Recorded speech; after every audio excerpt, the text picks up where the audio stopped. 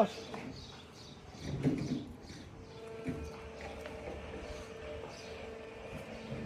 Hadi bakalım kaptan. Nereden mi sen?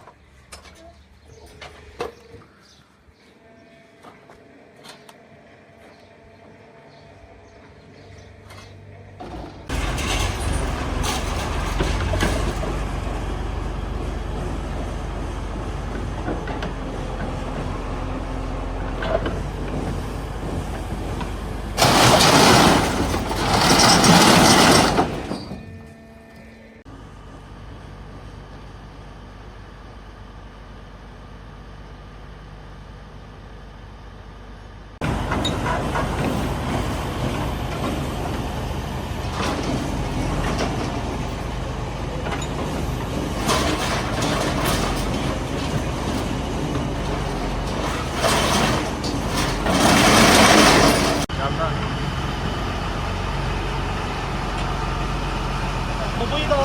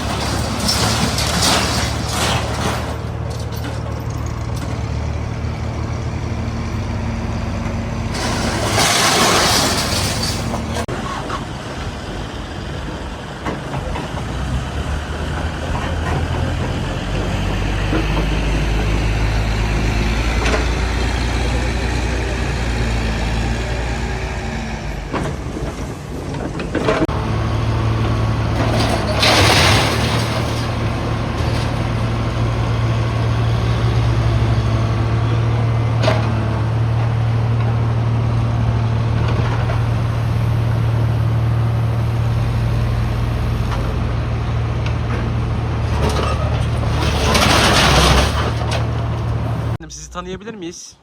İsmim Serdal Dikcal. 26 yıldır geri dönüşüm sektöründeyim. Oğlum Talip Dikcal, oğlum Efe Dikcal.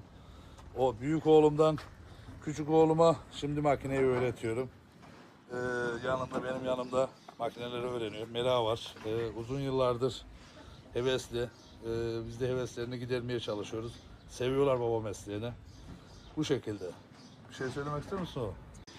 Bunun gibi kepçeleri kullanmak istiyorum büyüyünce. Büyüyünce peki bu işi mi yapmak istiyorsun? Babanın işini mi yapmak istiyorsun? Evet. Kardeşine öğrettin. Evet. Sen ne kadar süredir kullanıyorsun? 2-3-4 yıl oldu. Babam bana öğretti, ben de kardeşime öğrettim.